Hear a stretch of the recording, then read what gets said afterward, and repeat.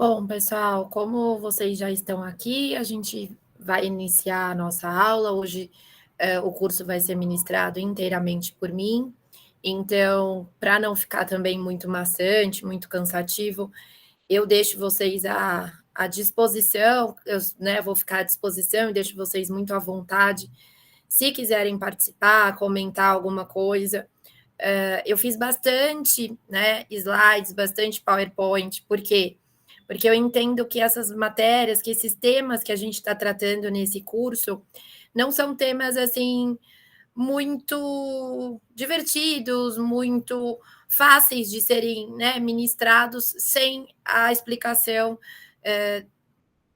técnica, legislativa mesmo, né? A gente está tratando de algumas experiências da jurisprudência também, de, né, situações que foram mudadas em virtude da Covid, como a gente vai falar agora também das audiências telepresenciais, mas tudo isso tem um embasamento legal, né?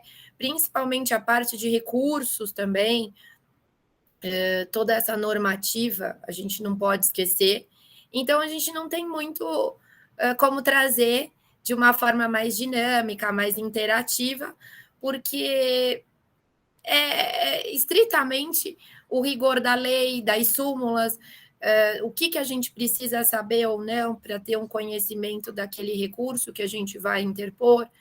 Então, não tem muito como ser mais divertido ou mais participativo, mas se vocês quiserem interromper, eu confesso que enquanto eu estiver passando o PowerPoint, eu não vou conseguir ter acesso a eventuais dúvidas que vocês tenham, mas quiser, levante a mão aqui, que eu consigo visualizar, ou mesmo abre o microfone, pede a fala, a gente conversa um pouquinho com vocês.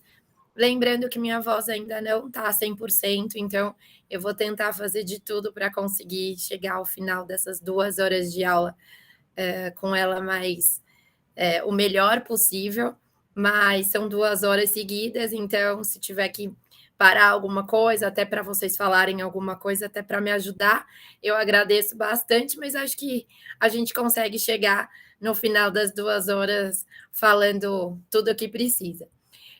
Como eu acabei de mencionar, vai ter bastante PowerPoint, vão ser, né, mostrados vários slides, o que não significa que eu vou adentrar a todos eles, né? Eu não vou ficar aqui repetindo o que tiver disposto na legislação. Eu acho que em muitas situações eu vou precisar repetir o que vai, né, o que vem tratado na própria lei, mas acho que em determinados momentos não.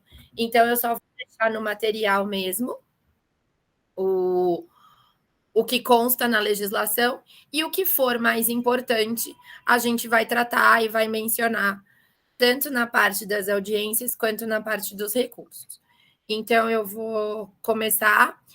Se alguém puder me avisar se está vendo direitinho, eu agradeço imensamente, porque talvez a professora Pamela entre, e aí ela também consegue nos auxiliar, mas enquanto isso, vou ser realmente só eu que vou estar ministrando a aula para vocês. Então, se vocês puderem me dizer, se alguém puder abrir o microfone e dizer se está vendo direitinho, eu agradeço muito. Tá ótimo. Muito obrigada, obrigada mesmo. Bom, então, como vocês sabem, a aula de hoje vai ser um pouquinho sobre audiência e um pouco sobre recursos. Eu continuo me deixando à disposição, meu e-mail continua aí para vocês, para quem quiser fazer eventualmente algum tipo de questionamento via e-mail. Podem ficar muito à vontade que eu vou responder o quanto antes. Então, a gente vai começar falando de audiência, né? Então, o que seria a audiência na Justiça do Trabalho? Ela é aquela oportunidade que as partes vão instruir o processo. Então, como a gente viu na primeira aula que o professor Felipe deu com relação à inicial, já foram expostos todos os pedidos e a pretensão do reclamante, e a reclamada, na aula que eu dei na sequência, já se insurgiu sobre todos os pontos que achava que eram mais importantes na defesa. Então, a audiência é o momento que o réu vai poder, de fato, apresentar aquela defesa que foi feita, ressalvando todas as hipóteses que a gente já mencionou, do caso de ter audiência onde o juiz determina uma defesa a prazo, que tem aquela discussão toda do prazo que é dado, às vezes, de 15 dias, que se utiliza do CPC, outros juízes que utilizam um outro prazo qualquer, que não os 15 dias, e aí fica aquela discussão, mas, em regra, é na audiência que a parte vai apresentar a sua defesa. E aí, depois da apresentação da defesa, o juiz ele vai instruir aquele processo, de acordo com as provas que vão ser necessárias, a depender do caso em questão, né? Além dessa instrução, a gente tem 2 momentos de apresentação de uma proposta de conciliação. Logo no início, tem uma proposta de conciliação feita e ao final da instrução. E aí a gente tem o encerramento da audiência. Aqui a gente traz para vocês, para aqueles que não tiverem nenhuma, né, familiaridade com o processo do trabalho, aqueles que nunca militaram na área, que estiverem olhando pela primeira vez, é mais ou menos isso que vocês encontram quando a gente entra numa sala de audiências. Então, a gente tem a cadeira do juiz, o escrivão, o advogado do reclamante e o advogado e o preposto do empregador. Então, é mais ou menos essa disposição, e aí o advogado vê onde vai sentar, a depender de quem ele está defendendo no processo. Uma coisa muito importante, que eu acho muito importante que a gente saiba, né, que a gente traga aqui para vocês, são os princípios que vigoram no processo do trabalho e são relativos às audiências. Então, a gente tem como princípio a presença obrigatória das partes. A gente vai ver um pouquinho mais para frente as consequências do não comparecimento, seja do reclamante, seja da reclamada. O princípio da concentração dos atos, né, processuais. Por quê? Porque todos os atos devem ser praticados naquela audiência.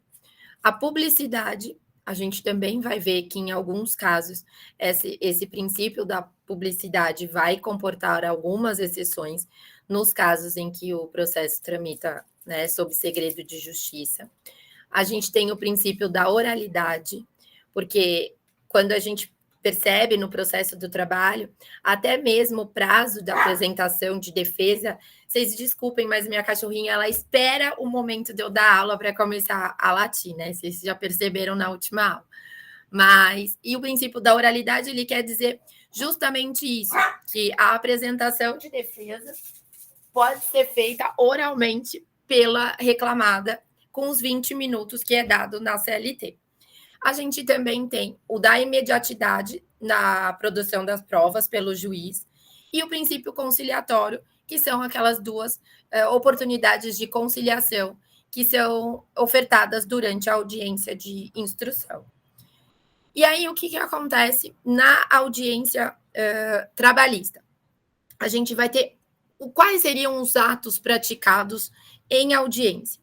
Então, o juiz vai tentar a conciliação, a gente vai ter as tentativas de acordo, a gente vai discutir as causas que versam naquele processo, a gente vai fixar os pontos controvertidos, ou seja, muitas vezes, antes de instruir, o juiz vai fixar com as partes sobre qual matéria versa a divergência. Então, isso é muito importante que a gente tenha atenção, porque se nós não fixarmos na defesa as matérias controvertidas, a gente não vai conseguir fazer a instrução daquelas matérias que a gente não tiver fixado os pontos controvertidos. Então, a gente vai ouvir as testemunhas depois da fixação dos pontos controvertidos, e a gente vai ter as razões finais, o momento das razões finais, que muitas vezes a gente pede razões finais remissivas, às vezes o advogado, por não estar muito seguro em fazer as razões finais orais, ele acaba pedindo as razões finais remissivas. Eu julgo muito importante que o advogado tente fazer as razões finais, ainda que o juiz determine que serão orais, que ele não conceda prazo. Acho que nós, como profissionais, podemos sempre pedir prazo para a apresentação dessas razões finais. Se não for concedido prazo pelo juiz, aí sim a gente faz as razões finais orais não remissivas. Eu só recomendo ou só faço razões finais remissivas se realmente for um caso que não aconteceu nada, que uma audiência que realmente é algo muito singelo e não teve nada de especial naquela audiência. Geralmente é muito raro eu fazer razões finais remissivas, porque sempre a gente consegue encontrar um ponto que a gente possa demonstrar para o juiz o que aconteceu naquela audiência que nos foi favorável. Então, eu recomendo que em todas as audiências a gente, ainda que sejam razões finais orais, que a gente faça pormenorizada, a gente explique o que aconteceu, nem que o advogado já leve algo né, previamente preparado de uma forma singela e que consiga colocar para aqueles que ainda não têm uma familiaridade, que ainda não estão muito acostumados a fazer as razões finais, faz alguma coisinha que consiga tornar só aquela fala formal, mas insira o caso concreto e específico do que aconteceu naquela audiência. Então, agora eu vou trazer para vocês, de uma forma numerada, né, algumas coisas que a gente precisa saber a respeito da audiência. Primeira coisa que a gente traz para vocês é o local dessa audiência. Vem fixado no artigo 813 da CLT onde essas audiências devem acontecer. Só que a gente também tem que ter em mente que o local da audiência que é fixado na CLT, ele foi feito antes dessa alteração toda por conta da Covid, que veio tratar da audiência telepresencial. Então, a gente agora não pode mais se ater só ao que está mencionado na CLT. A gente tem que se preocupar e estar antenado que a Justiça do Trabalho agora prevê as audiências telepresenciais. Então, uma coisa que vem determinada aqui, que eu acho importante, seriam os horários das audiências, que os horários dessas audiências, elas precisam continuar sendo das 8 às 18, e elas não podem ultrapassar 5 horas seguidas, salvo se houver aquela matéria urgente que acaba levando um pouco mais tempo do que as 5 horas. A gente precisa também ter em mente que não vai se aplicar ao processo do trabalho o que está disposto no artigo 334 do Código de Processo Civil. Por quê? Porque no Código de Processo Civil, ele traz um espaço entre uma audiência e outra. E esse intervalo mínimo que é previsto no Código de Processo Civil, a gente não se utiliza na Justiça do Trabalho por conta daquele princípio da oralidade. Então, em virtude desse princípio, a gente acaba não se valendo subsidiariamente do que vem descrito no Código de Processo Civil, por conta dessa necessidade da oralidade ser levada em grau máximo na Justiça do Trabalho. Então, a gente não se vale desse dispositivo legal do Código de Processo Civil. Tem também, né, no próprio 813 da CLT, que em casos especiais, o que a gente também hoje não se utiliza tanto dessa previsão normativa do parágrafo 1º. Por quê?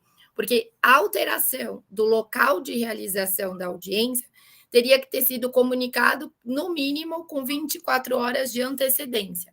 Mas, hoje em dia, essa comunicação de alteração do lugar não é muito usual, não se altera o local da realização dessa audiência com muita facilidade. O que acontece ou não é uma eventual redesignação da audiência, mas não a alteração do local de audiência. Com relação ao horário, a gente já mencionou, eu acho que é importante que a gente saiba, porque é um horário diferente do horário de funcionamento do fórum. Então, o horário de funcionamento do fórum é um pouco anterior, começa o funcionamento interno, segundo o que dispõe o Código de Processo Civil, não que, de fato, os atos processuais sejam praticados nos termos do que vem disposto no CPC. Mas o horário que vem disposto para que se pratique um ato processual é diferente do ato que se prevê para a prática de audiência trabalhista. Uma coisa muito importante com relação às audiências é a questão do atraso das partes, né? A gente tem uma OJ que fala com relação à revelia, né? Que é por conta do atraso em audiência, porque a gente não tem nenhum dispositivo legal que tolere um certo atraso da parte no horário de comparecimento da audiência. Então, o que, que acontece? Né? Diferentemente do juiz, que nós vamos ver logo em seguida, para nós, como parte, a gente não tem um limite de tolerância. Então, a gente tem que estar rigorosamente no horário, né, determinado, designado, para que aquela audiência aconteça. Uma coisa importante também para aqueles que talvez estejam iniciando é que a audiência ela não vai ser apregoada na data que ela deveria começar a acontecer.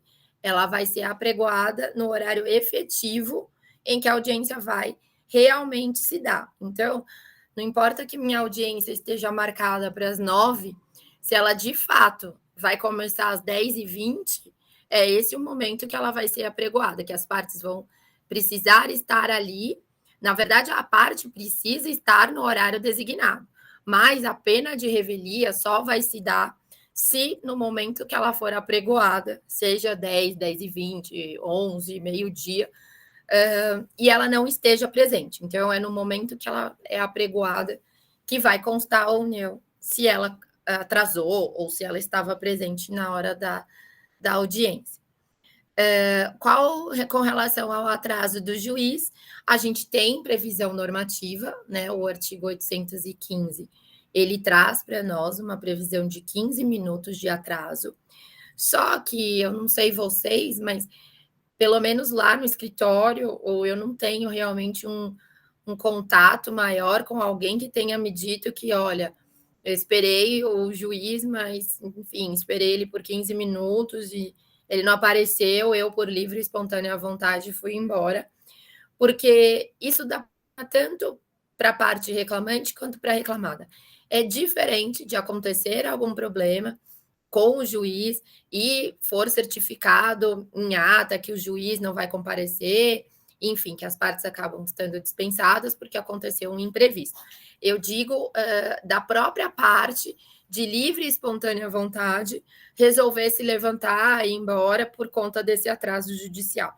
Porque tanto para o reclamante, né, que necessita daquela, né, da instrução processual o quanto antes, quanto para a reclamada também, que muitas vezes se deslocou, levou preposto, às vezes a audiência é em outro local da sede da reclamada, então não justifica uma redesignação, não justifica um novo comparecimento à Justiça do Trabalho. Então, eu não sei vocês, mas não vejo sendo muito utilizado pelos colegas o fato do juiz atrasar mais do que 15 minutos. Como a gente mencionou logo no início, um dos pressupostos também, dos princípios da audiência, diz respeito à publicidade dessa audiência, ou seja, as audiências são públicas. Se a gente entrar em qualquer audiência e quiser assistir, claro, vocês logicamente vão me dizer que não estão, né, que a gente não está podendo entrar por conta da Covid, mas aí é um motivo esporádico, né, específico, que nos impossibilita de participar, de assistir às audiências. Mas, em regra, elas são públicas e todo mundo pode assistir. A gente tem uma exceção, né, a exceção, que é por conta de segredo de justiça, quando houver qualquer tipo de audiência que envolva a determinação desse sigilo. Por quê? Porque a intimidade daquela parte pode ser, não pode ser invadida, não pode ser quebrada, a privacidade, ou quando aconteceu algo que de fato vá desabonar aquele empregado ou traga algum prejuízo para alguma das partes, aí a gente tem a exceção do segredo de justiça. Algo que também eu acho muito importante que a gente saiba é o poder de polícia, né, do juiz em audiência. A gente sabe que todo mundo tem que se portar com, né, urbanidade, decoro, com uma certa conduta, né, profissional mais ilibada por conta da solenidade que a audiência trabalhista né, representa. Então, a gente sabe que o juiz ele está ali presidindo a audiência e ele pode, inclusive, mandar retirar quem esteja perturbando, ou enfim, ele tem o poder de fazer com que aquela audiência tramite no meio processual, do modo processual e adequado, mais coerente com a urbanidade que o ato exige, né? Então, uma das coisas que eu acho interessante dentro dessa questão do poder de polícia, porque, obviamente, gente, né, todo mundo tem um caso que deu um problema, ou que o reclamante se exaltou, reclamada também, testemunhas divergiram, testemunhas brigaram, discutiram, teve acareação, enfim. Todos os processos acontecem em alguma coisa e que a gente sabe que o juiz acaba tendo que contornar e se utilizar desse poder de polícia. Algo que eu acho interessante e importante para nós como profissionais é que a gente saiba se o advogado ele pode ou não gravar a audiência. Eu já vi isso acontecer em algumas oportunidades, inclusive lá no escritório, que a parte, né, que o advogado se viu meio constrangido a não efetuar a gravação da audiência. Seja porque ele ficou intimidado de gravar essa audiência sem perguntar, seja porque o juiz perguntou o que o advogado estava fazendo, enfim. E aí a situação não ficou muito tranquila. Então, eu acho que cabe a nós sabermos o que diz a legislação a respeito disso.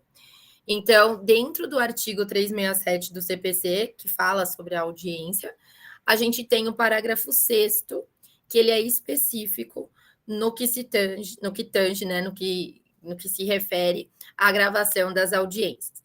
Então, a gravação da audiência também pode ser realizada por qualquer das partes, independentemente de autorização judicial. Então, eu acho importante que a gente saiba que não precisamos pedir para o juiz para efetuar a gravação da audiência. Embora, hoje em dia, as audiências sejam gravadas, né? A gente sabe que o próprio Poder Judiciário efetua a gravação das audiências, mas é diferente, ou um caso que não tem essa gravação, ou no caso que o próprio advogado esteja percebendo que aquela audiência não está, de repente, saindo muito bem da forma como ele entende que seja um pouco mais correta e queira ter algum tipo de subsídio, a gente sabe, pelo menos, que ele tem essa possibilidade de gravar. A designação da audiência, eu acho que quando eu mencionei a apresentação de defesa para vocês, eu disse que a audiência ela precisa ser a primeira, né, desimpedida depois de 5 dias, ou seja, depois da notificação ser recebida pelo cliente. Ele tem o direito de constar os 5 dias de interregno para participar da audiência. Esses 5 dias são tidos como o prazo mínimo, né, razoável, de que o advogado se prepare para fazer a audiência, de que a própria parte consiga entregar os documentos necessários para a realização dessa audiência. Então, caso isso não aconteça, vai haver nulidade se essa audiência acontecer antes desses 5 dias do interregno de prazo. Se a gente estiver tratando de caso onde a reclamada seja, né, da Fazenda Pública, faz essa parte, né, de órgão da Fazenda Pública, tem um decreto específico tratando o prazo em quádruplo, ou seja, ela vai ter a benesse de ter esse interregno de 20 dias e não de 5, como as empresas privadas comuns. Agora, algo que é muito importante, e eu acho que a maioria de vocês, se não a totalidade dos que estão aqui comigo hoje, já sabem que são as espécies de audiência, né? Então, a gente tem na Justiça do Trabalho, a gente tem, em regra, né, a audiência una. E o que isso significa? Significa que nas audiências que a gente for, né, notificado e constar que a audiência vai ser una, todos os atos vão ser praticados nessa audiência. Mas há também a possibilidade de ser desmembrado, né, de serem desmembrados os atos procedimentais que vão ser realizados. Ou seja, a gente pode ter uma audiência inicial, uma audiência de instrução e a audiência de julgamento. Ou a gente tem a audiência una, que engloba a audiência inicial e a audiência de instrução, podendo também haver o julgamento na própria audiência, o que realmente não acontece na maioria dos casos, ou pelo menos pelo que eu tenho ciência. O julgamento não se dá muitas vezes na mesma audiência. É algo que não acontece. Então, como o procedimento padrão, em tese, seria, né, a notificação para o comparecimento para uma audiência una, a gente vai trazer para vocês os procedimentos, né? O que acontece na audiência una. A gente primeiro vai ter o pregão, aí depois a parte vai, né? O advogado vai saber onde ele senta, se ele está representando o reclamante ou se ele está representando a reclamada. Aí a gente tem a primeira tentativa de conciliação, onde as partes podem chegar ou não a um acordo. Se não tiver o acordo nesta primeira tentativa de conciliação, vai ser entregue à defesa naquele prazo oral que traz a CLT, o que hoje em dia também não é utilizada, ou o juiz vai declarar a quebra do sigilo nas contestações apresentadas pelo PJI. Depois a gente vai ter o depoimento das partes, depois a oitiva de testemunhas, né, e as razões finais. Se a gente tiver razões finais orais ou razões finais remissivas, as razões finais vão ser feitas ali na hora, senão vai ser dado um prazo para as razões finais. Depois a gente tem uma segunda tentativa de conciliação, e aí o processo vai à conclusão para ser sentenciado. E aí, agora, falando mais precisamente das consequências das ausências das partes na audiência. Então, a gente tem, como a maioria de vocês deve saber, a gente tem consequências distintas por conta do atraso ou do não comparecimento das partes na audiência. Então, como o próprio artigo 844 dispõe, se quem faltar ou quem atrasar no comparecimento da audiência for o reclamante, a gente tem como sanção o arquivamento dessa reclamação trabalhista. Ou o que isso significa, né? Se for arquivado, vai ser extinto o processo sem julgamento de mérito. O que acontece, além disso, né, dessa extinção do processo sem julgamento de mérito, vai ser que o reclamante ele vai ter que também pagar as custas por conta desse arquivamento que ele deu causa, ou ele vai ter que apresentar uma justificativa plausível para esse atraso, para esse não comparecimento, sob pena do pagamento das custas. Então, aqui a gente tem o que vem disposto no artigo 844, né, que traz o não comparecimento do reclamante à audiência importa o arquivamento da reclamação, e o não comparecimento da reclamada vai importar a revelia, mas aí a gente já vai ver lá na frente. Na hipótese de ausência do reclamante, que é o que a gente está tratando agora, ele vai ser condenado ao pagamento das custas, como eu acabei de mencionar para vocês, mesmo que ele seja beneficiário da justiça gratuita, tá? Então, o fato do reclamante ser beneficiário da justiça gratuita não vai impedir que ele tenha que arcar com as custas oriundas desse arquivamento. E aí, ele só não vai ter que pagar, né, por conta desse atraso, se ele comprovar, dentro do prazo de 15 dias, que a ausência dele se deu por um motivo justificado. E o que acontece? O que eu já vi na prática, que já aconteceu comigo, a audiência, o reclamante não compareceu à audiência. Então, por isso que eu acho que é muito importante que a gente esteja muito atento a todos os atos processuais.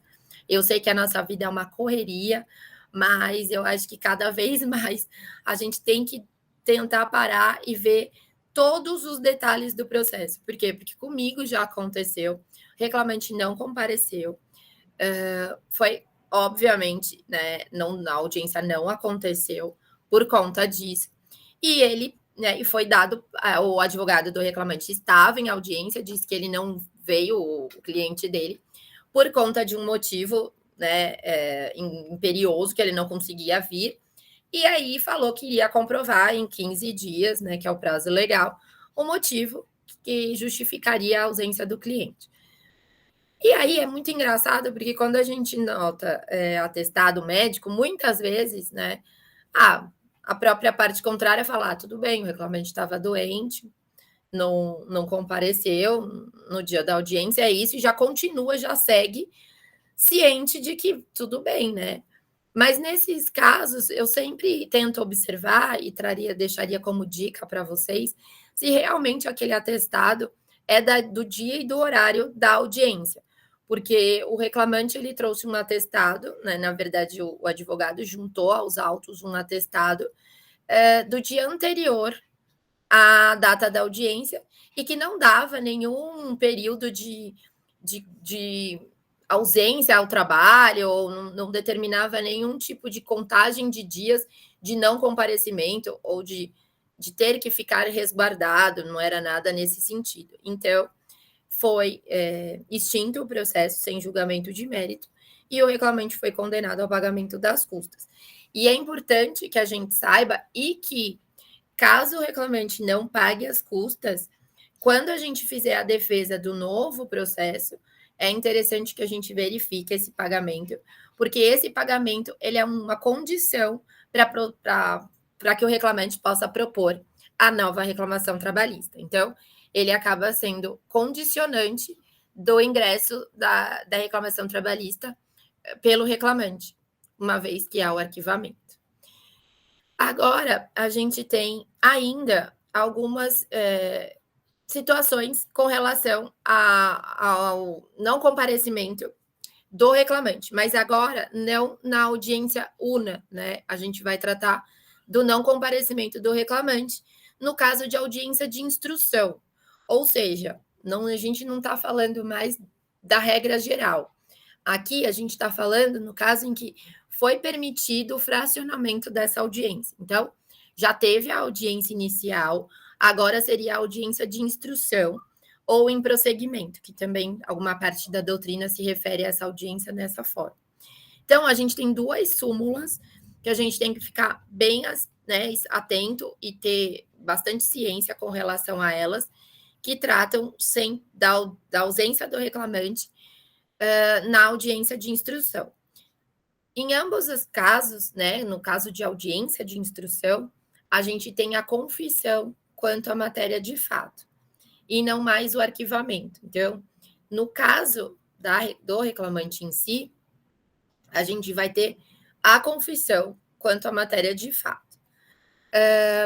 Aí a gente traz algumas observações para o caso dessa confissão, né, da parte reclamante não comparecer, né, do reclamante não comparecer. Então, a parte reclamada, ela, mesmo que tenha a confissão quanto à matéria de fato do reclamante, ela pode produzir prova, mesmo que muitas pessoas pensam, não, tá, mas eu já estou sendo beneficiado por essa confissão, por que eu vou fazer prova? Porque muitas vezes essa matéria, ela não vai ser alcançada pela presunção, né, gerada pela confissão. Então, se a gente tiver em casos, por exemplo, onde a matéria precisa de uma prova pericial, seja um caso de insalubridade, de periculosidade, a gente não pode dispensar determinada produção de provas se baseando nessa confissão ficta. Também, nos termos dessas súmulas, tanto da súmula 74, que a gente mencionou acima, e também, né, do Código de Processo Civil, para que seja considerada confissão, na intimação dessa audiência, a parte tem que ter sido advertida, entendeu? Então, ela tem que ter recebido uma intimação pessoal de que o não comparecimento vai ter essa pena de confissão quanto à matéria de fato. Então, ela não pode ter sido intimada em nome do advogado.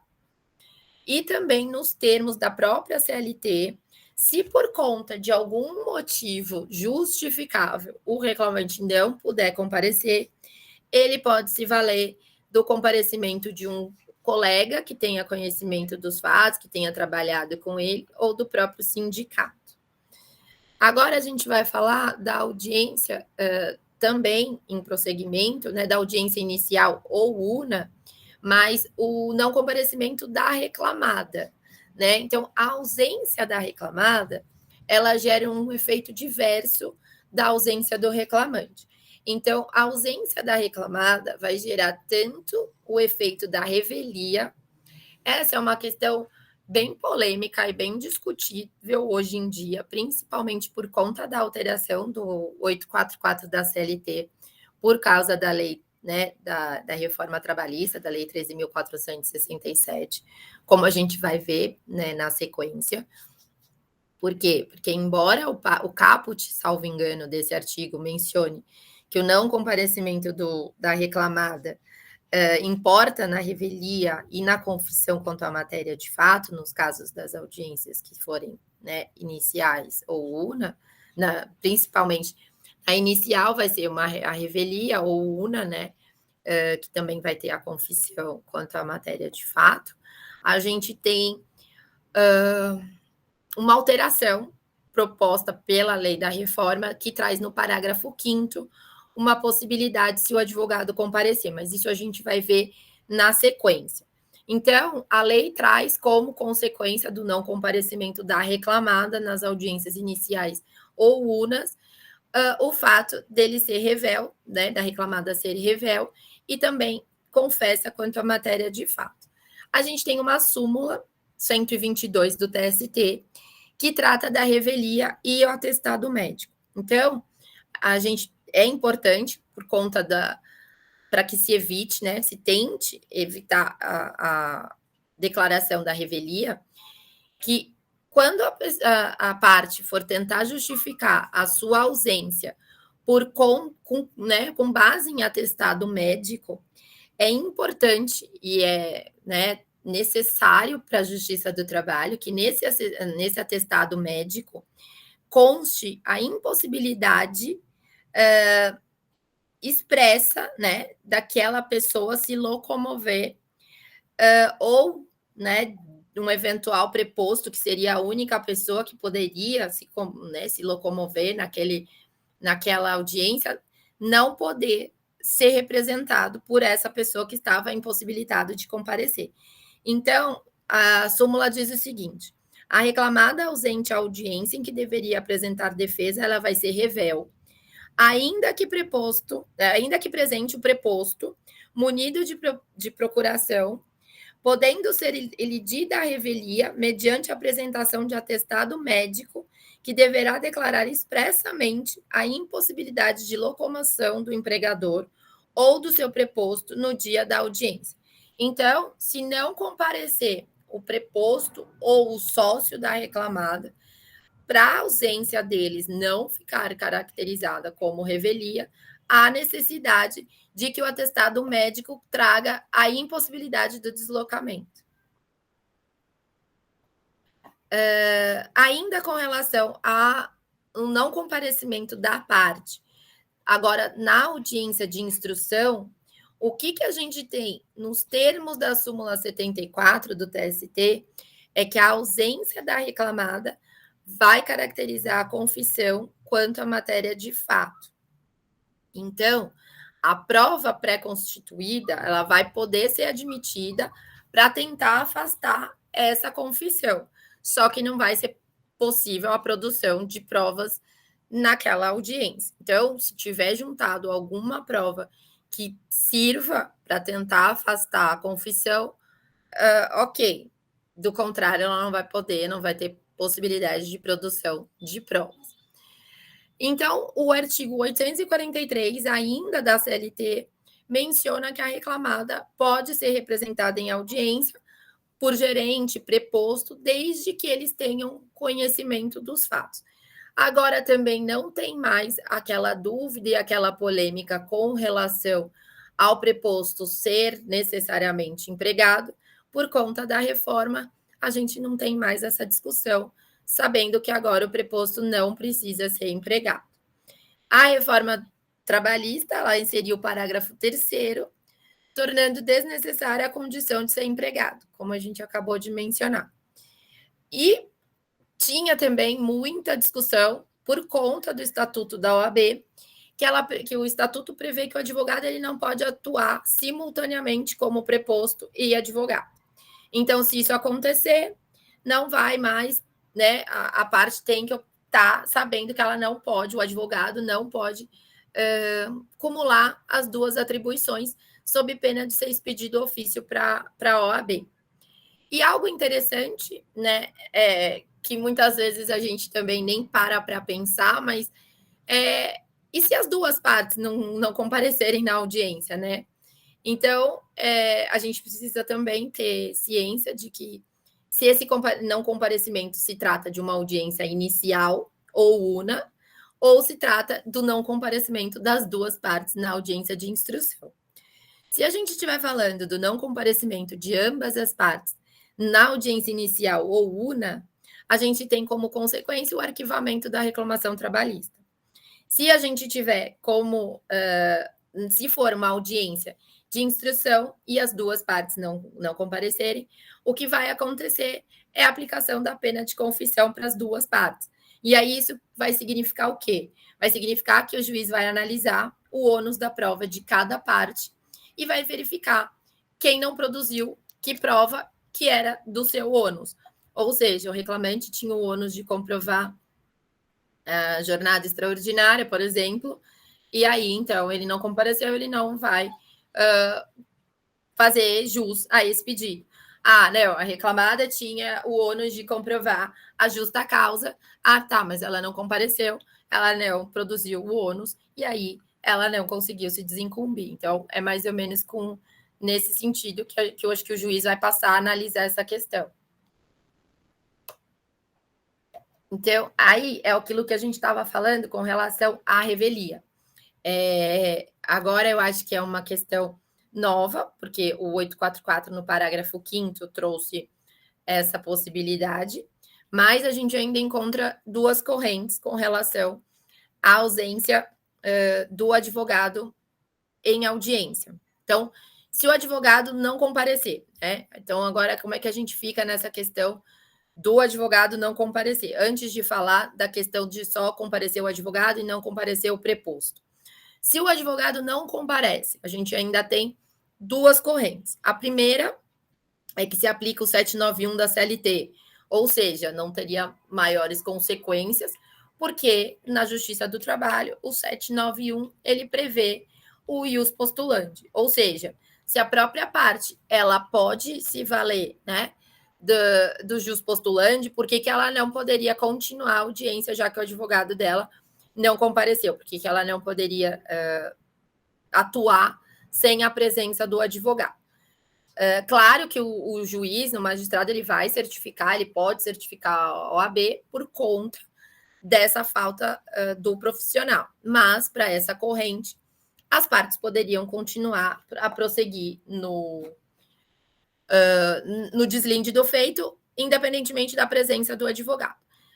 Para uma segunda corrente, o juiz vai ter que obrigatoriamente adiar essa audiência, o que, a meu ver, eu acho mais justo e mais coerente, porque a partir do momento que a parte pode dispor do ius postulandi, mas ela não quis se valer dele, ela obviamente tem o direito de fazer com que o advogado, de ser representada pelo seu advogado, que é o profissional da sua confiança, e hoje a gente sabe que um profissional atuando, né, na defesa do cliente é muito diferente do profissional da parte que atua sem um auxílio do profissional.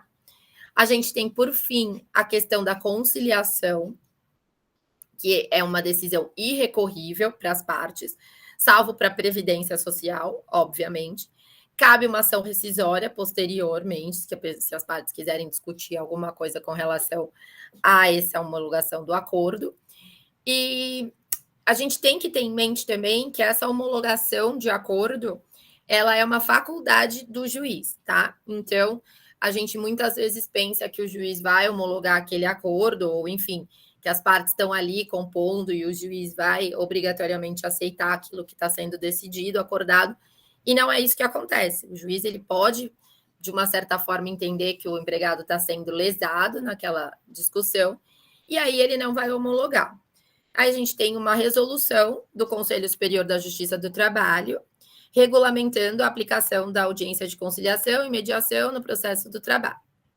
Então, com relação aos sejusques, né? Então, a gente teve para conseguir que sejam feitos o maior número de acordos possíveis dentro da Justiça do Trabalho, tem essa resolução e a instalação dos centros de conciliação. Agora eu vou falar de uma maneira um pouco mais ampla e genérica, eu não vou adentrar muito nessa questão. É claro que eu vou tentar trazer para vocês algumas coisas mais fundamentais com relação às audiências telepresenciais, mas aqui eu já trago para vocês as resoluções que prevêem a possibilidade da audiência telepresencial.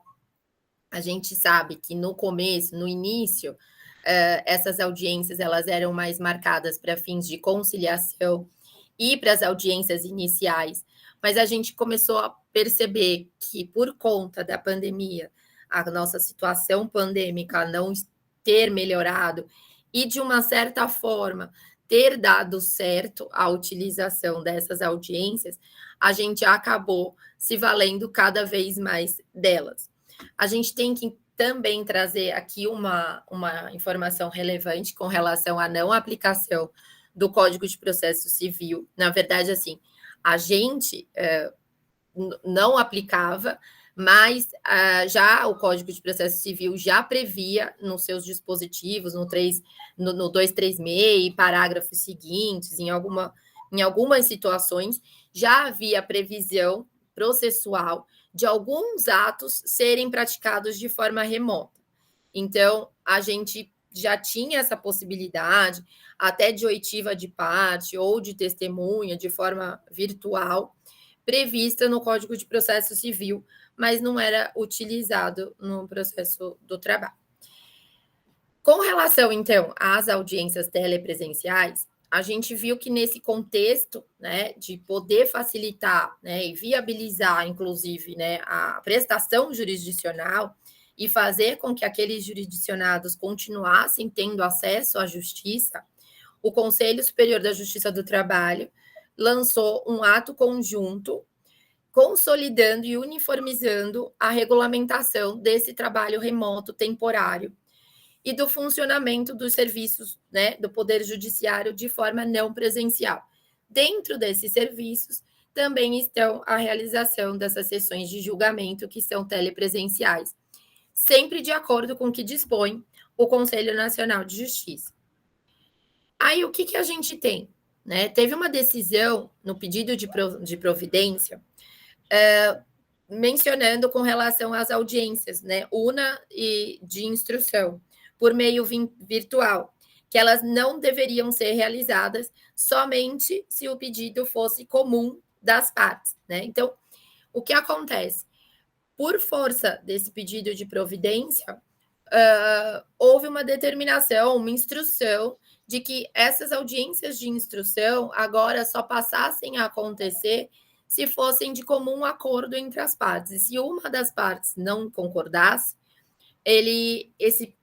ela deveria sim surgir e esse pedido deveria ser fundamentado, né, para o juiz, justificado, e aí ele vai ser apreciado.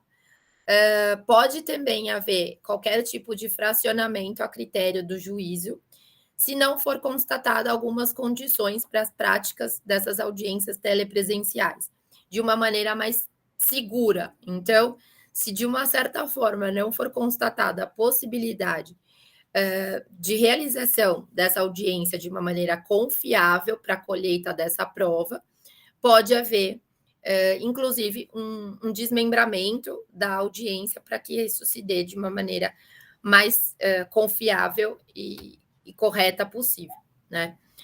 E aí compete ao juiz averiguar todas essas questões de ordem com relação à conexão das partes, elas é que estão realmente responsáveis para que isso aconteça. Obviamente, o juiz vai ter que verificar essa questão da incomunicabilidade das partes. Então, é interessante que cada participante esteja logado no próprio dispositivo, num local distinto das testemunhas, que quando for prestar o seu depoimento, ele filme o ambiente, faça um giro. Alguns juízes determinavam que a parte que fosse depor ou a testemunha fizesse um giro para demonstrar que estava sozinha naquela sala.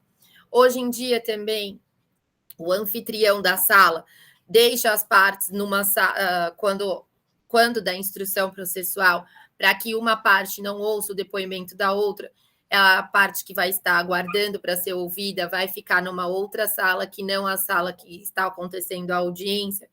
Então, todos esses mecanismos são mecanismos para se manter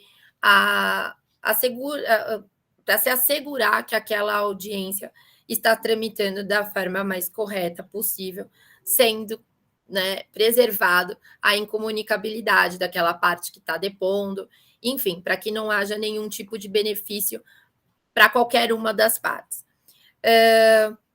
Para que se evite eventuais nulidades processuais, o TRT da terceira região, ele recomenda uma maior tolerância quanto a esse tipo de atrasos, e também a necessidade de adiamento em face de algum tipo de problema tecnológico.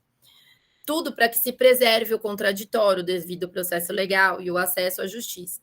Então, aqui a gente tem uma decisão do TRT3 determinando justamente isso com relação a eventual nulidade, caso não seja observado. Então, depois, quem tiver interesse, veja com calma a decisão, só porque a gente ainda tem bastante coisa para falar. Aqui também, com relação à audiência telepresencial, a gente tem que se basear na resolução do Conselho Nacional de Justiça, na 354 de 2020, para que as audiências de instrução sejam gravadas. Então, para que se preserve realmente a efetiva prestação jurisdicional e para que se demonstre a incomunicabilidade das partes, há uma determinação do Conselho Nacional de Justiça de que essas audiências sejam gravadas. E aí a gente tem o TRT da 12ª região, eu trouxe para vocês, mas depois vocês olham com calma. Ele trouxe um passo a passo da audiência telepresencial. Então, é interessante para aqueles que estão começando a fazer esse tipo de audiência, que sigam o passo a passo aqui. Eu achei bastante didático e achei bem tranquilo o passo a passo para que a gente observe, não só para que nós, como profissionais, observemos, mas para que a gente também instrua nossos clientes quando a gente tiver uma audiência telepresencial. Então, para que no dia marcado, as partes e os procuradores acessem a sala por meio do link que foi informado, se tiver qualquer dúvida de acesso à plataforma, que o advogado, de uma maneira antecipada, procure verificar quais foram as orientações da vara, ou entre em contato com a vara por telefone, por e-mail, por meio do balcão virtual. Aí aqui a gente tem, no caso de computador, notebook, então a gente verifica como é que é feito o acesso por meio da plataforma Zoom, enfim, a gente também pode acessar pelo dispositivo dos nossos celulares, enfim. Também, eles trazem como uma dica procedimental para as partes que devam acessar o ambiente com uma antecedência de 10 minutos, permanecer ali aguardando. Uma coisa muito importante que eu não estava fazendo audiência há um certo tempo, que também eu achei muito interessante, é esse aplicativo de acompanhamento das audiências, quando eu precisei fazer recentemente algumas audiências. Então, eu acho que é algo que nos auxilia muito, é só baixar o aplicativo, você já sabe qual é a audiência que está acontecendo, qual é a próxima da pauta. Enfim, eu acho que auxilia bastante o profissional. A questão do juízo 100% digital, eu acho também muito interessante, eu acho que acabou caindo no gosto. Obviamente, tem sempre as suas ressalvas, obviamente, casos mais complexos e com instruções mais delicadas, não há que se falar de juízo 100% digital, mas eu acho que em uma grande parcela dos casos dá para se manter o juízo 100% digital, que é uma nova possibilidade aí advinda depois da pandemia. Então, mas para isso, algo que eu reputo de extrema importância e relevância para todos nós é que o prazo para a parte contrária se manifestar com relação a esse pedido de juízo 100% digital são 5 dias após o recebimento da notificação. Então, muita gente teve, como eu antigamente, talvez que não tenha ciência, acabe deixando para se manifestar junto com a defesa e aí já tenha perdido o prazo. Confesso a vocês que eu não sei o que acontece ou não, se a parte se manifesta só, né, no ato da apresentação da defesa, para não continuidade do processo de forma 100% digital. Mas o que consta na resolução é 5 dias da data da notificação. Então, dentro da resolução, tem a possibilidade das partes de escolher a tramitação do processo no âmbito 100% digital. E aí a gente ainda tem que essa escolha, né, deve ser feita pelo autor quando da distribuição do processo, e aí a parte contrária ela pode se opor e ainda se manifestar no processo. Aqui menciona até o momento da contestação. Mas, se a gente for analisar realmente o que vem disposto na resolução, eu olhei isso hoje ainda, por conta de um processo mesmo, lá está em 5 dias da notificação. Mas tem uma discussão muito grande por conta dessa questão dos 5 dias, que não seria válido determinar um prazo exíguo de 5 dias, porque muitas vezes não se deu nem tempo da parte verificar ou não essa questão da possibilidade ou do acordo ou não de ser realmente de forma digital nos 5 dias que é conferido. Então, tem realmente uma grande discussão se deve se prevalecer ou não esse prazo de 5 dias. Aí que a gente traz uma decisão do Fux, né, uma decisão plenária do ministro Luiz Fux, mencionando essa questão pandêmica e a validade, a importância dos atos praticados de maneira digital. Agora, eu vou trazer um pouquinho para vocês, eu vou falar um pouquinho para vocês dos recursos em espécie.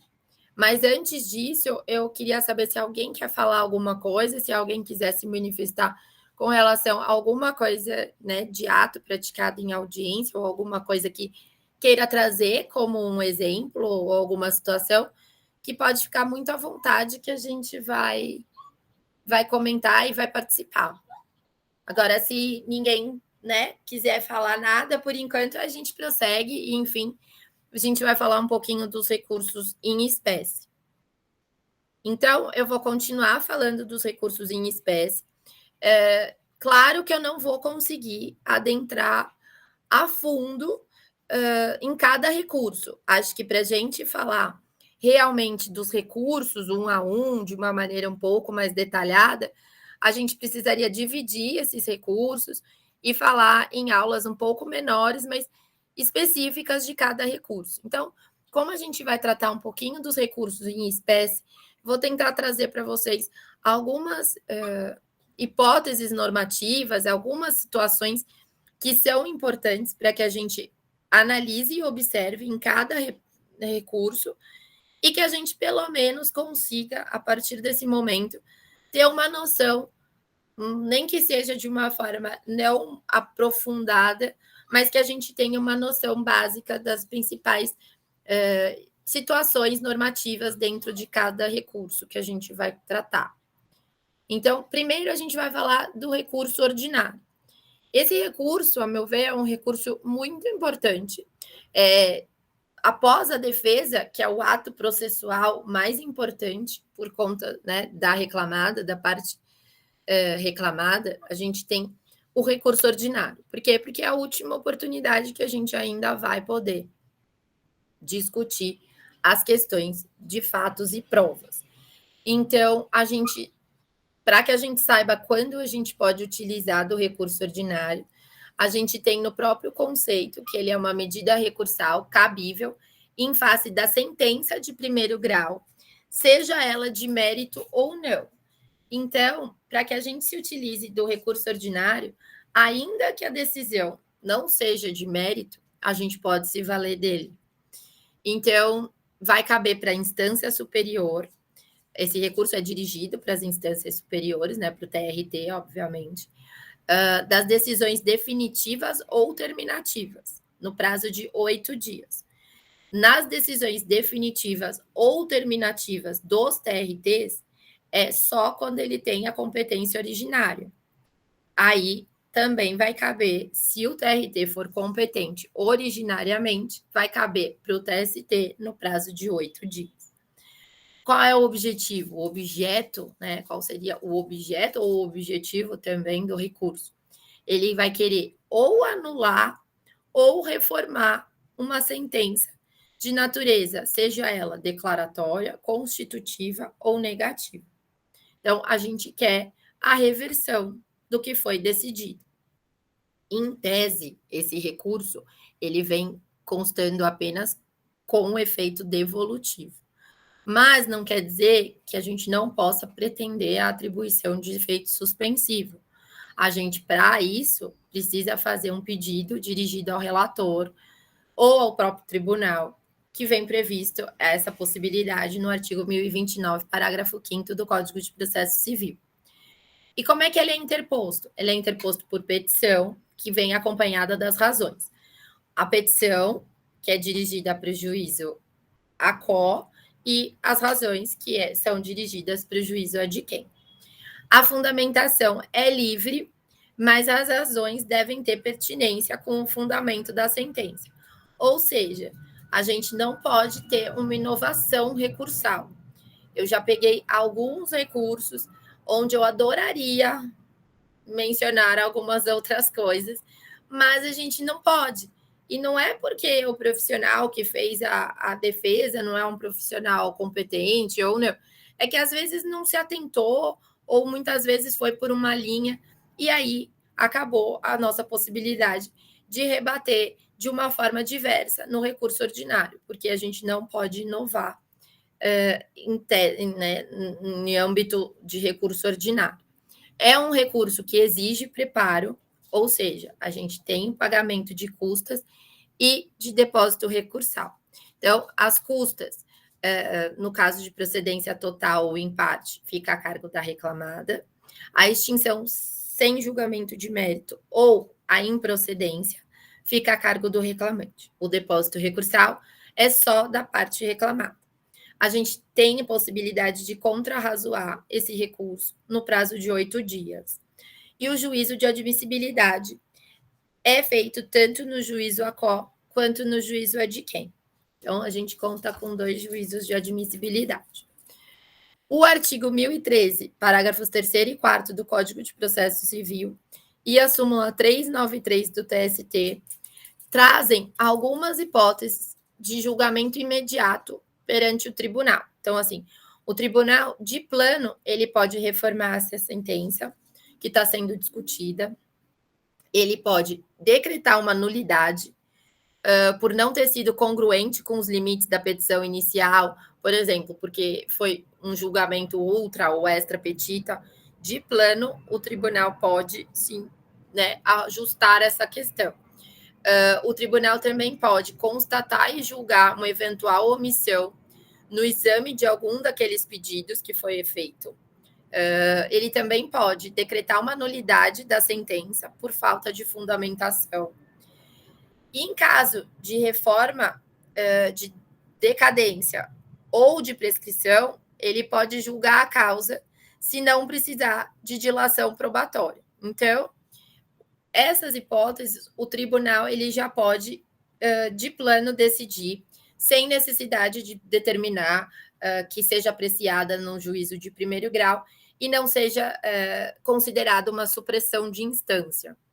O artigo 938 do CPC fala com relação ao saneamento das nulidades. Então, é questão preliminar que deve ser decidida antes do mérito a questão das nulidades. Então, a gente tem que arguir em preliminar essas questões de nulidade. A instrução 39 de 2016, determina que se aplica ao processo do trabalho essas determinações do processo civil, né? Então, o vício ele tem que ser sanável, realização ou renovação de ato no TRT ou na própria vara, para que sejam sanadas essas nulidades. Contrarrazões, preparo incompleto, falta de procuração, esses são vícios que podem ser eventualmente sanados. Cumprida a diligência, se possível, pode julgar o recurso. Pode converter uma diligência se for necessárias provas, produção de provas. Também podem ser determinados pelo tribunal.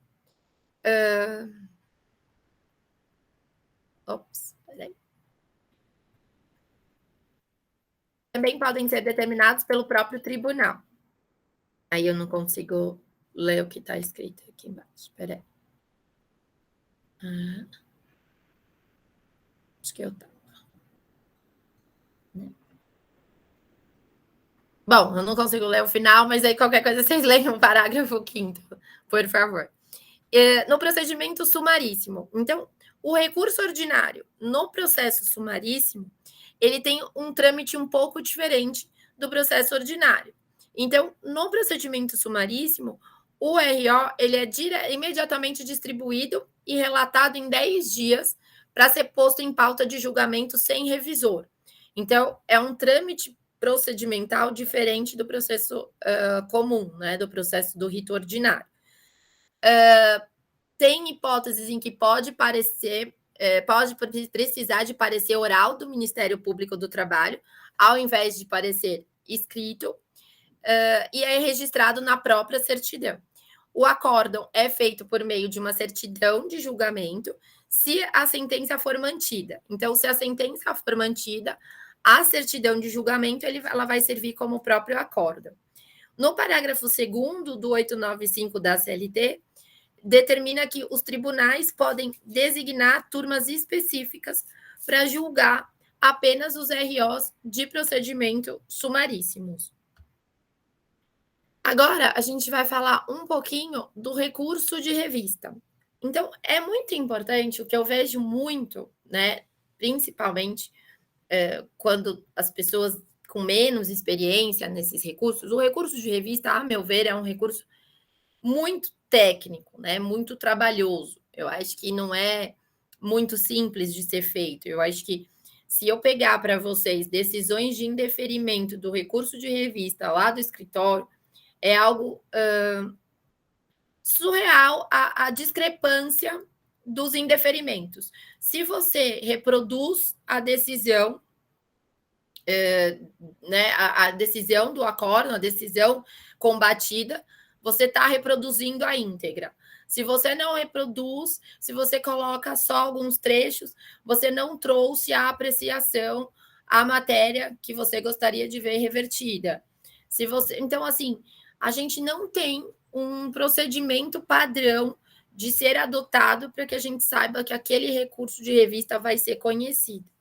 Então, é um recurso que realmente demanda esforço, demanda trabalho. A questão do pré-questionamento também é uma questão importante.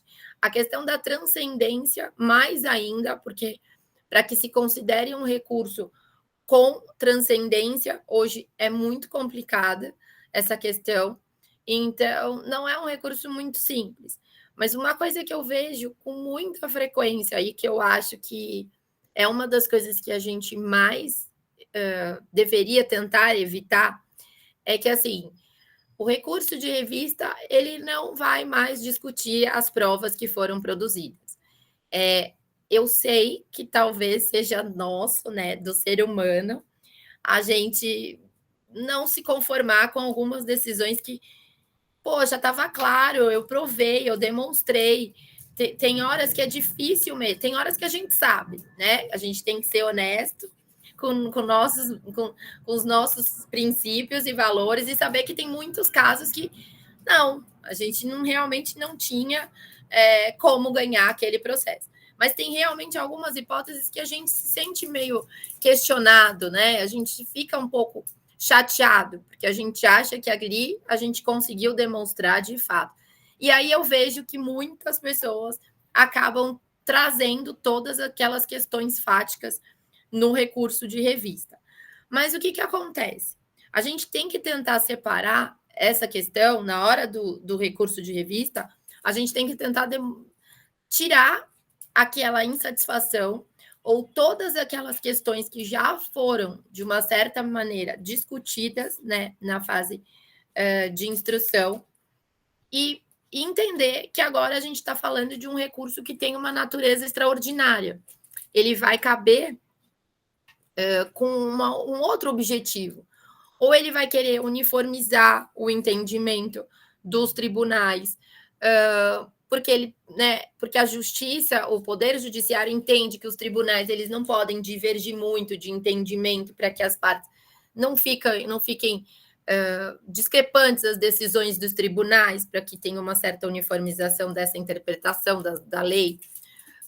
Quando ofender a Constituição, quando tiver ofensa à lei federal.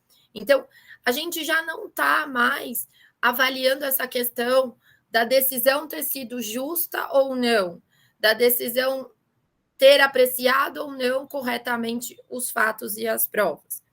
E aí a gente tem os pressupostos do recurso de revista. Como todo recurso, a gente tem os pressupostos extrínsecos.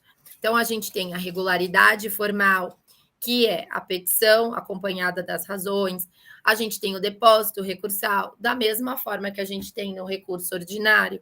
Então, a gente tem a análise, né, do acórdão do TRT, a gente tem o preenchimento dos requisitos do 896, parágrafo 1º A, que fala do pré-questionamento, a gente tem a demonstração de uma das hipóteses das alíneas do 896 da CLT, com relação aos pressupostos intrínsecos, né?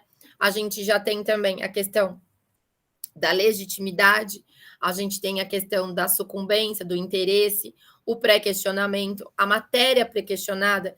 Então, o que isso significa? Que a decisão que a gente for recorrer, ela já apreciou expressamente a tese que a gente vai debater no nosso recurso de revista. Então, a parte que ficou vencida, ela pretende a reapresentação, a reapreciação, ela reapresenta aquela matéria no grau superior, mas aquela matéria, ela já foi apreciada, como diz a própria súmula 297 do TST. Então, a gente tem a questão do pré-questionamento, a gente tem que se basear na súmula 297 do TST. Então, qual seria a oportunidade, como se configura esse pré-questionamento? Então, disse pré-questionada a matéria ou a questão, quando da decisão impugnada tenha sido adotada explicitamente a tese. Incumbe a parte interessada, por isso que muitas vezes é importante o oferecimento, né, a oposição dos embargos de declaração, objetivando o pré-questionamento dessa matéria. Principalmente o embargos de declaração, obviamente, no tribunal, né? Eu acho que embargos de declaração de sentença, para fins de pré-questionamento, corre-se um grande risco de esses embargos serem tidos como protelatórios.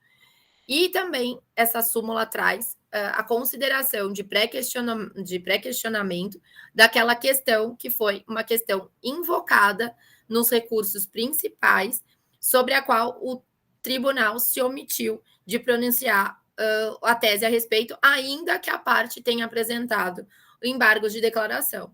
Ou seja, se a parte embargou e mesmo assim o tribunal não se manifestou, se entende como pré-questionada aquela matéria. O artigo 1025 do CPC também trata dessas questões de oposição de embargos de declaração para fins de pré-questionamento.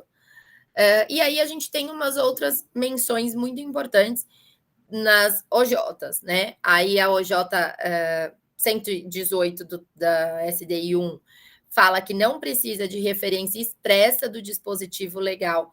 Por quê? Porque muitas vezes a gente confunde o pré-questionamento da matéria com a menção do fundamento legal. Então, para que seja pré-questionada a matéria, não tem necessidade de que o juiz ou o tribunal tenha falado expressamente sobre aquele artigo de lei que a gente se referiu. Na verdade, a matéria como um todo que precisa ter sido objeto de apreciação. A OJ 119 da SDI1 também fala da violação nascida na própria decisão recorrida.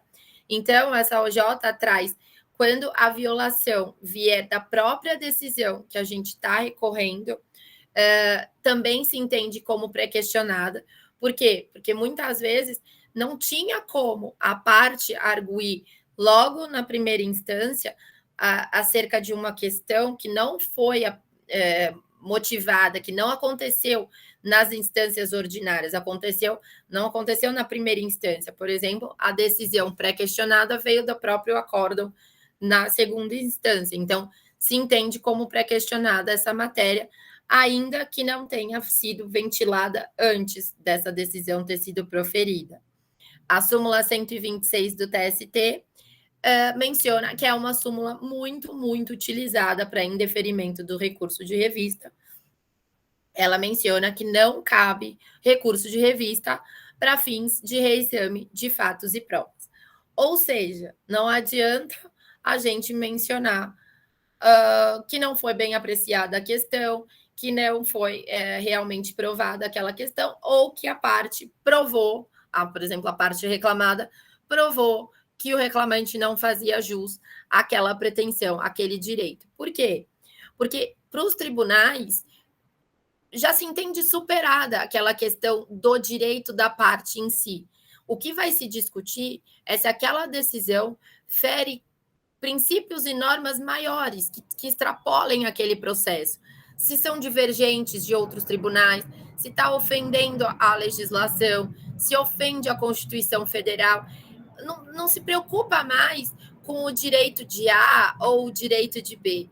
O que se preocupa nesta fase de recurso de revista é se a decisão proferida está consentânea com os ditames legais ou se não tem uma decisão díspare de outros tribunais. Então, se há uma certa uniformidade nessas decisões. Ainda sobre a questão do pré-questionamento, a gente tem esse artigo 896, parágrafo 1º-A, é algo que eu acho que todo profissional que faz recurso de revista deve tentar ler com muita paciência e tentando realmente entender o que ele quer dizer. Por quê? Porque a gente tem que indicar o trecho da decisão recorrida com a controvérsia objeto do RR. Então, para que a gente faça esse cotejo analítico entre a decisão recorrida e o que a gente está mencionando no RR, a gente tem que ter bastante cautela e cuidado para não reproduzir a íntegra. Eu pego muita peça onde você reproduz a íntegra do acórdão, é quase uma página inteira da íntegra do acórdão, então não vai subir. Provavelmente esse recurso está fadado a não ser conhecido. A indicação de forma explícita e fundamentada da contrariedade a dispositivo de lei, súmula, orientação jurisprudencial do TST, que conflite com a decisão regional.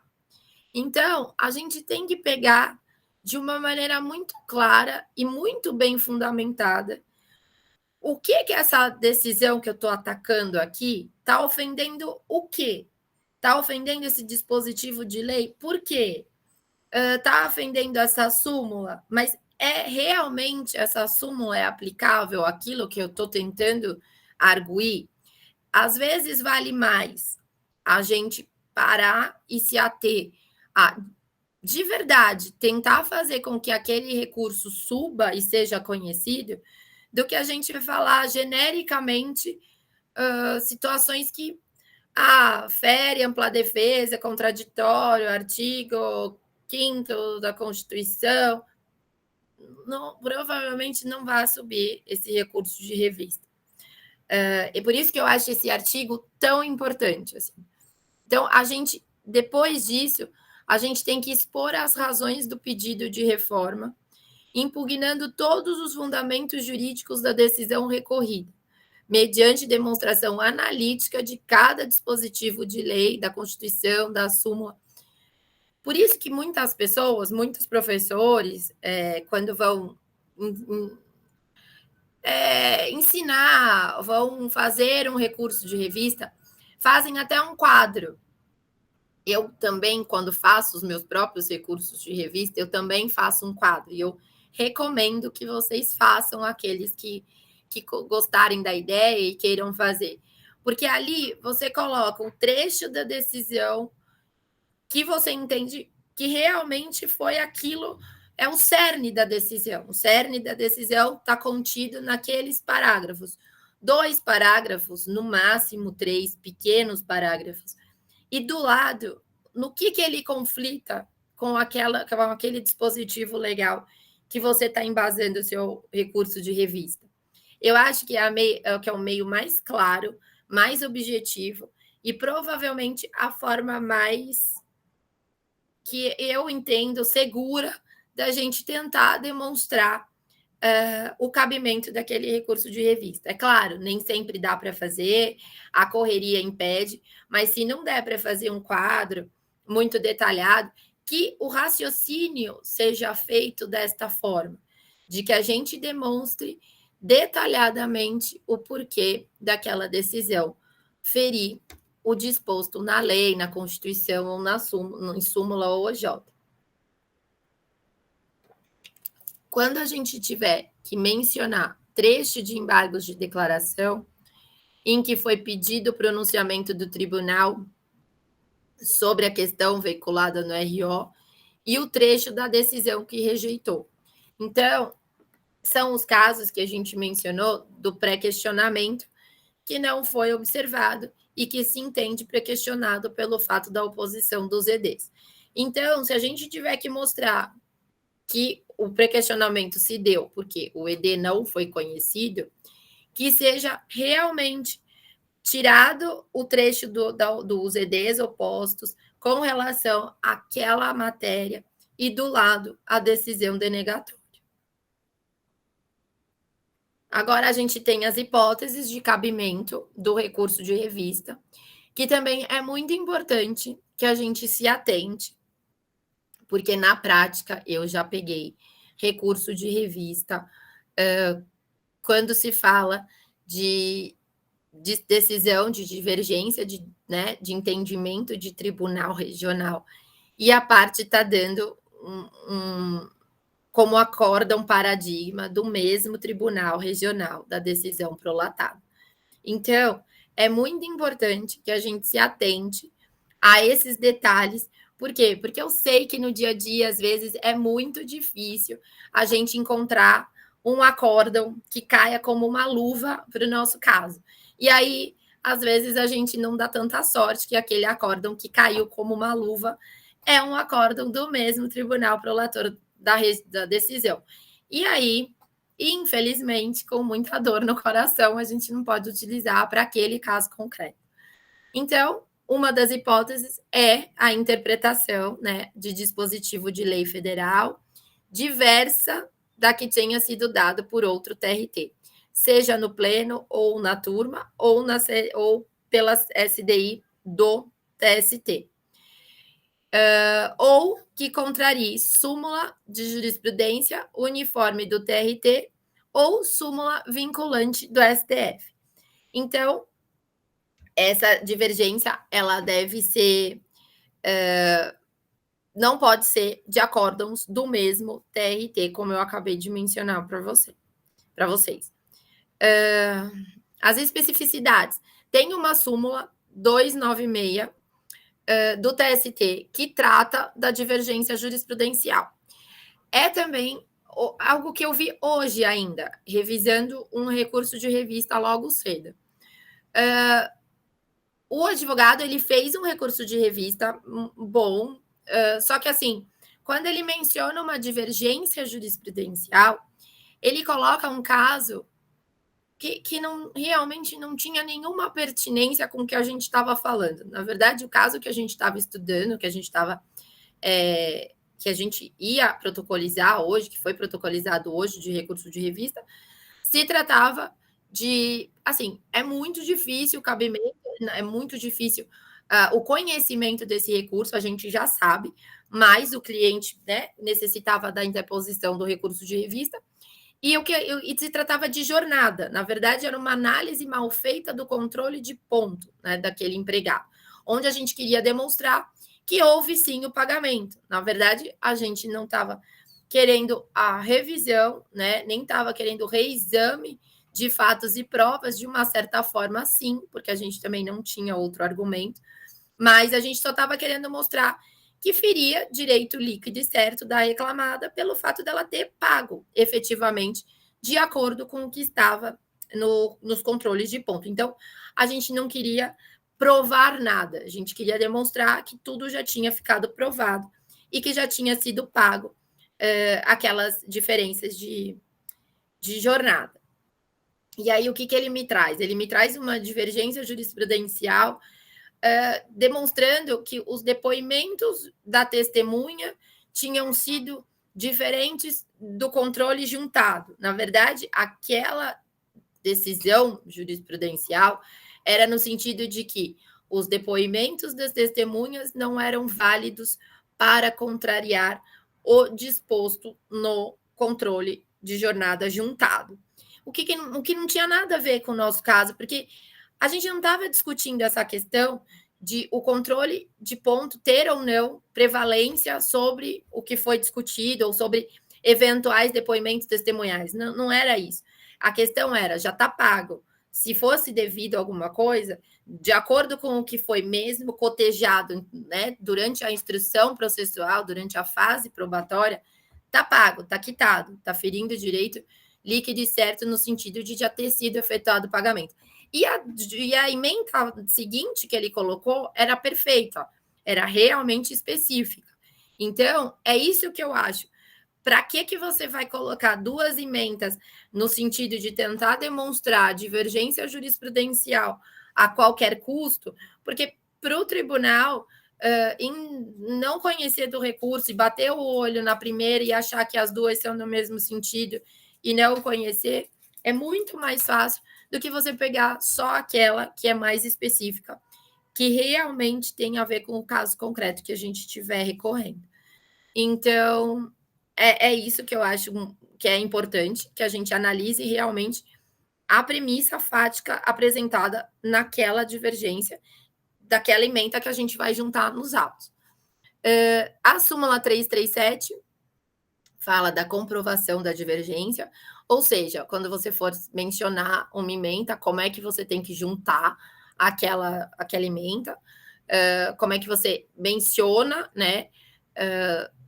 Enfim, aqui está o procedimento de menção da jurisprudência que você vai usar como paradigma. Aqui também a gente continua nas hipóteses, né, com relação ao cabimento do recurso de revista, quando o TRT der ao mesmo dispositivo de lei estadual, convenção coletiva de trabalho, acordo coletivo de trabalho, sentença normativa ou regulamento empresarial, de observância obrigatória em área que exceda a jurisdição daquele TRT. Ou seja, quando houver uma decisão que extrapole o âmbito territorial daquele TRT prolator daquela decisão, também vai caber a divergência com base na linha B da CLT, do 896, a linha B. Então, tem uma súmula 312 do TST, que diz que é constitucional o artigo 896, a linha B da CLT. Tem a OJ 147 da SDI 1, que diz que a abrangência da norma deve extrapolar o limite do TRT. Se o recurso de revista ele for admitido indevidamente, deve se arguir afronta ao artigo 896 da CLT.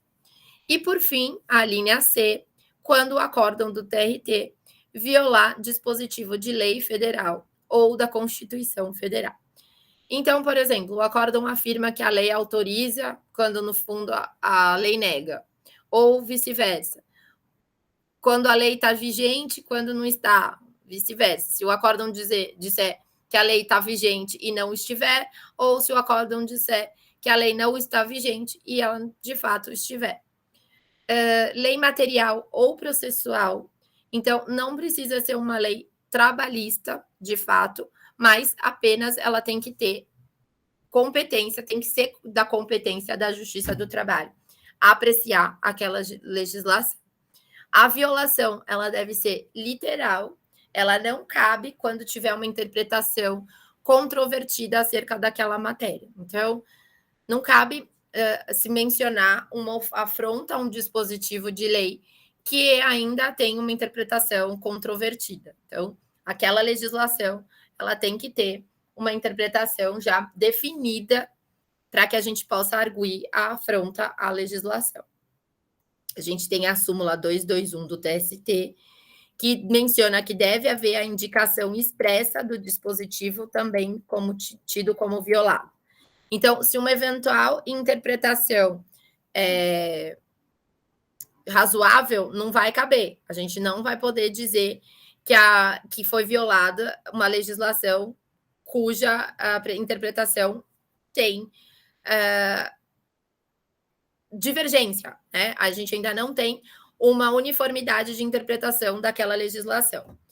De princípios constitucionais, também tem uma discussão, mas se entende que sim, cabe o recurso de revista quando você menciona afronta a princípios constitucionais. Pelo menos, ainda que se tenha qualquer tipo de discussão nesse sentido, eu sou da corrente que se filia ao entendimento que cabe o recurso de revista de afronta a princípios constitucionais.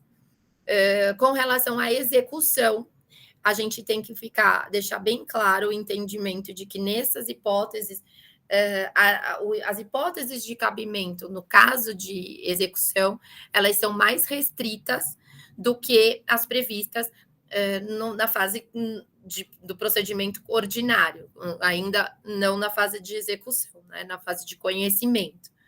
Então, na fase de execução, a gente só vai poder interpor o recurso de revista se tiver uma ofensa direta e literal da Constituição Federal.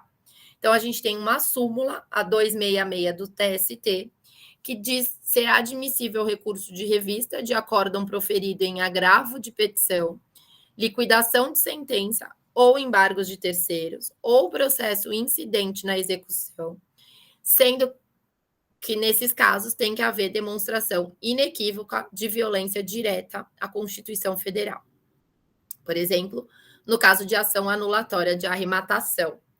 A gente também tem uma interpretação restritiva com relação à celeridade da execução. Então, essa interpretação é feita de maneira mais restrita, porque na fase de execução se pretende uma celeridade ainda maior. O 896, parágrafo 7º da CLT, ele traz: a divergência deve ser atual, não pode ser ultrapassada por súmula do TST, do STF ou superada por iterativa e notória jurisprudência do TST.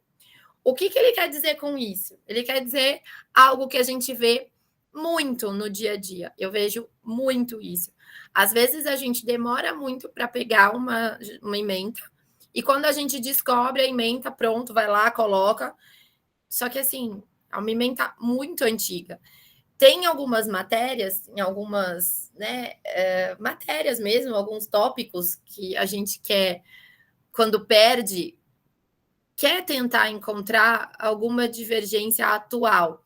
Mas essa questão já está praticamente decidida, pacífica no TST, os entendimentos dos tribunais são mais ou menos uníssonos. Então, quando a gente pega uma decisão que diverge dessas matérias que já estão quase que sedimentadas, provavelmente essa decisão não vai ser muito atual. Então, não adianta a gente se basear nessa divergência, nessa ementa, porque provavelmente a gente não vai ter sucesso por conta dessa determinação, que a divergência ela deve ser atual. E faz um sentido essa divergência ter que ser atual. Por quê? Porque, como a gente viu há pouco, um dos objetivos do recurso de revista é que os entendimentos dos tribunais eles sejam mais ou menos uníssonos, né? Que eles não firam, né, também o entendimento do próprio TST. E aí, se a jurisprudência ela vai se alterando, mudando, se transformando, se modernizando com o passar do tempo, a gente não pode querer que o entendimento passado, que o entendimento de muitos anos atrás sirva para dizer, o entendimento desse tribunal é diferente desse entendimento aqui. Não é que o entendimento dos tribunais não são uniformes. Nesse caso, quando a gente junta uma ementa muito antiga, a gente está apenas constatando a evolução do entendimento jurisprudencial e não a disparidade de um tribunal para o outro. Então, acho que é algo que a gente também tem que ter bastante atenção. Esse artigo 896, parágrafo 11, ele é muito importante para nós, porque ele fala que o defeito formal no recurso que não for reputado como grave vai ter uma possibilidade de desconsideração desse vício sendo refeito, né? Sendo possível a determinação de saneamento desse vício. Ou seja, recolhimento a menor das custas, preenchimento de código incorreto, indicação incorreta da fonte de publicação da jurisprudência. Como a gente mencionou, o recurso de revista ele é um recurso muito técnico. Então, qualquer deslize é motivo para o não conhecimento. Então, esse parágrafo 11 do 896, ele traz uma possibilidade de que se sane eventual irregularidade antes de se determinar o não conhecimento do recurso. O 896, parágrafo 12, fala que das decisões denegatórias vai caber agravo em 8 dias. O parágrafo 14 diz que o relator pode denegar seguimento em decisão monocrática. Intempestividade, deserção, irregularidade de representação ou ausência de pressuposto extrínseco ou intrínseco são hipóteses de denegação. O 896, agora a gente vai falar, no parágrafo 9 do 896, ele traz a hipótese do sumaríssimo, que também, da mesma forma que a fase de execução, ele tem um cabimento um pouco diferenciado. Então, o recurso de revista só vai caber nas hipóteses de procedimento sumaríssimo, só vai caber nos casos de contrariedade à súmula do TST ou súmula vinculante do STF e violação direta da Constituição Federal. Então, a gente também tem a súmula 442 do TST, que menciona que não vai caber recurso de revista no caso de violação à OJ. Então, a gente tem que ter muito claro na nossa mente, quando for fazer recurso de revista e o processo for sumaríssimo, que só vai caber nessas hipóteses, né? De contrariedade à súmula do TST, súmula vinculante do STF e violação direta à Constituição Federal. Eu estou falando com vocês e eu acabei de lembrar que eu vou revisar um recurso de revista ainda hoje, que é do rito sumaríssimo. Então, eu já parei para pensar aqui que eu vou ter que ver se a pessoa que fez lembrou, né, das hipóteses de cabimento no sumaríssimo. A questão da transcendência é algo que a gente também precisa estar muito atento, porque o 896 da CLT, ele traz, né, a hipótese da transcendência. Então, e o que viria a ser essa transcendência, né? A tese jurídica que a gente for mencionar, ela tem que transcender o interesse das partes envolvidas. Então, é mais ou menos aquilo que a gente acabou de mencionar com relação a não mais querer discutir a questão de fatos e provas. Por quê? Porque as questões de fatos e provas já ficaram para trás. Então, o interesse aqui, quando se fala da transcendência, é demonstrar que o que foi decidido nesse processo, o que ficou, né, demonstrado aqui, decidido, transcende aquele interesse daquelas partes. Vai implicar em reflexo geral, seja de natureza econômica, política, social, jurídica, ou seja, de alguma forma vai afetar outros processos. Então, aqui, essa questão da transcendência é muito, muito importante que a gente tente demonstrar. pelo parágrafo 6º, né, tem a determinação de que só o TST, aqui não tem duplo juízo de admissibilidade com relação à matéria transcendência, é só o TST, é competência exclusiva do TST apreciar. A gente tem a análise, né, o 896 traz a análise da necessidade da transcendência nos recursos de revista. Então, tem que transcender o interesse das partes em questão. O parágrafo 1º, do 896A, ele traz os indicadores das transcendências. O que viriam ser essas transcendências? Então, a econômica, a transcendência econômica.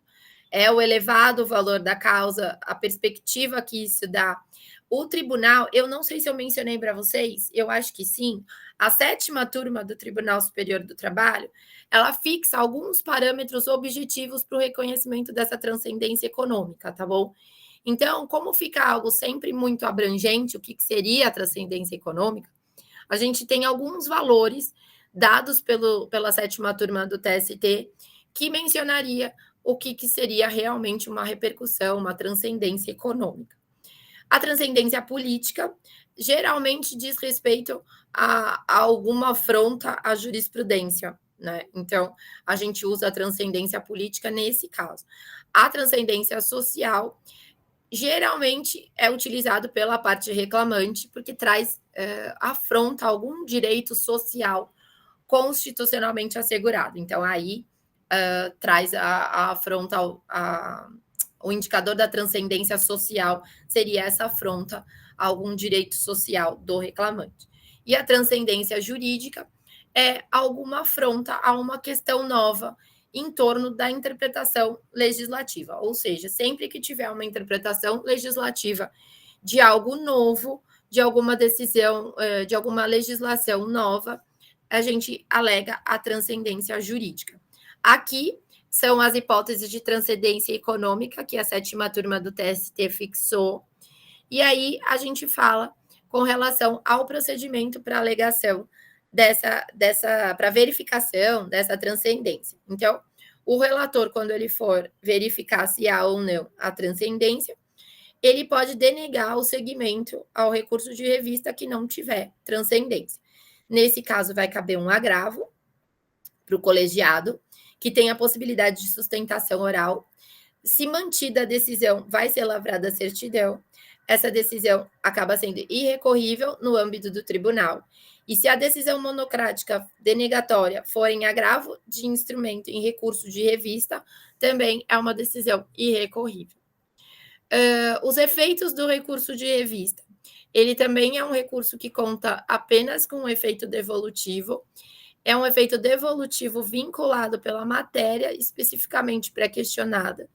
Não cabe um efeito translativo, ou seja, tem até uma discussão na doutrina se caberia ou não, mas não o entendimento majoritário é que não caberia o efeito translativo, que é o efeito que se dá ao recurso ordinário de discussão de de tudo que abrange aquelas matérias que foram ventiladas até então, você não pode devolver a apreciação, a não ser das questões pontualmente discutidas no recurso de revista. A gente tem uma OJ, a 62 da SDI 1, que traz a necessidade de pré-questionamento, mesmo no caso de incompetência absoluta. Ainda que a gente vá arguir a eventual afronta à competência, a gente também teria que ter discutido essa questão, tem que ser tida como pré-questionada para que você possa ventilar ela no recurso de revista. É possível a devolução de alguns fundamentos, de acordo com o que vem previsto no CPC, na instrução normativa que determina a aplicação subsidiária. A súmula 414 do TST trata da possibilidade do pedido de concessão de efeito suspensivo. E agora, por fim, a gente vai tratar do agravo de instrumento, que vem previsto no 897 da CLT, que é cabível em 8 dias. É o meio que se impugna o despacho que nega seguimento ao recurso, cabe em qualquer dos graus de jurisdição.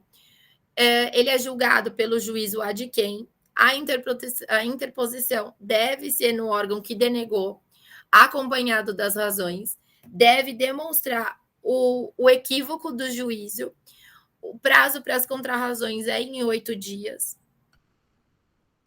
O 899, parágrafo 7º, fala do depósito recursal, que é de 50% do valor do depósito do recurso que pretendemos destrancar, ou seja, 50% do valor do depósito daquele recurso, seja recurso ordinário, seja recurso de revista, vai ser 50%.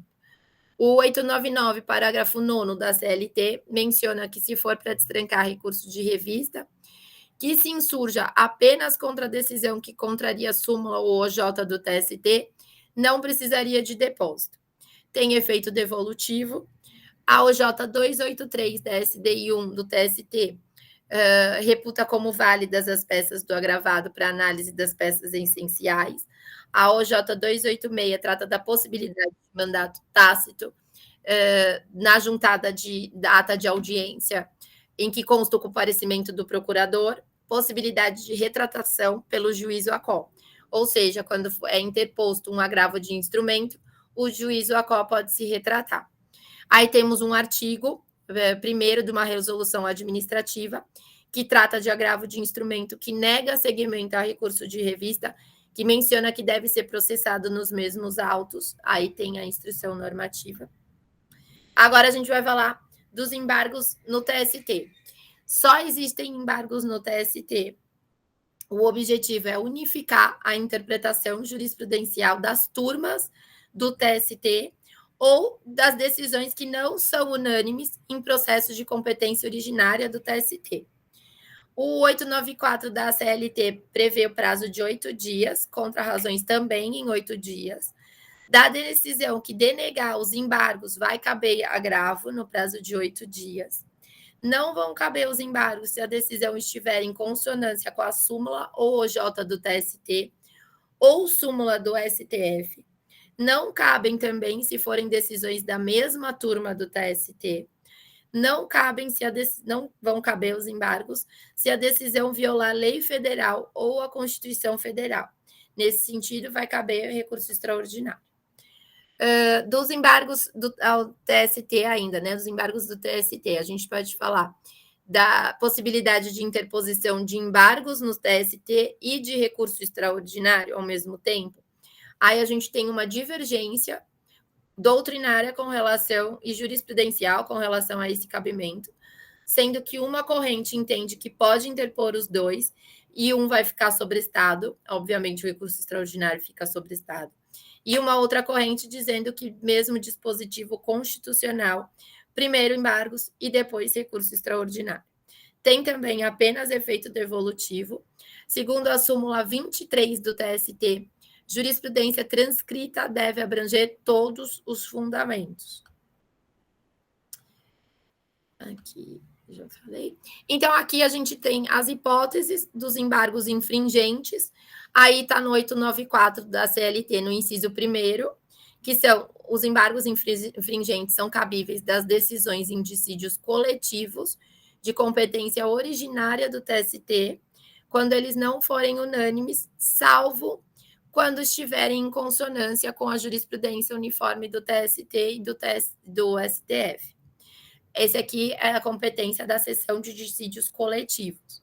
E os embargos de divergência, no 894 da CLT, inciso 2º, decisões em dissídios individuais, quando elas divergirem entre si, divergirem da SDI do TST, quando elas forem contrárias às súmulas ou OJs do TST, quando elas forem contrárias às súmulas simples e vinculantes do STF.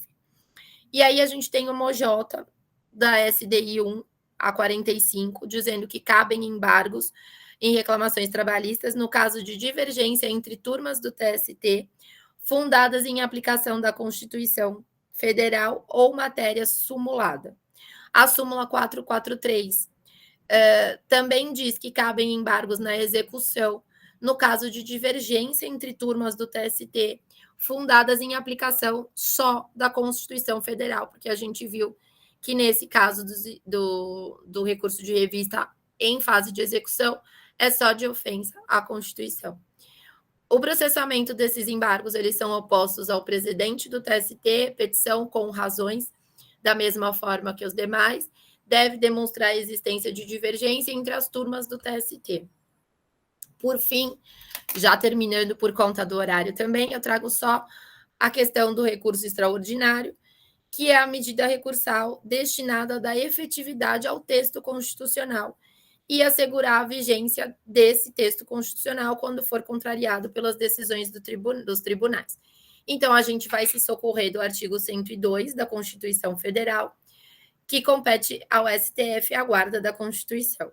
E aí, ele vai julgar, mediante recurso extraordinário, as causas que forem decididas em última ou única instância, quando contrariar dispositivo da Constituição, declarar a inconstitucionalidade de tratado ou lei federal, ou julgar válida lei ou ato de governo local contestado em face da Constituição Federal.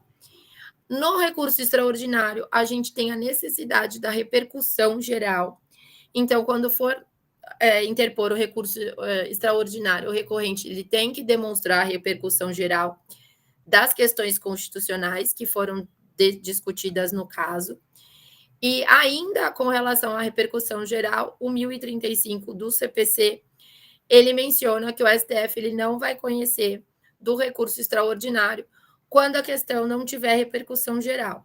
Então, o parágrafo 1º menciona que as questões de relevância econômica, política, social ou jurídica que ultrapassem os interesses subjetivos do processo demonstram a repercussão geral.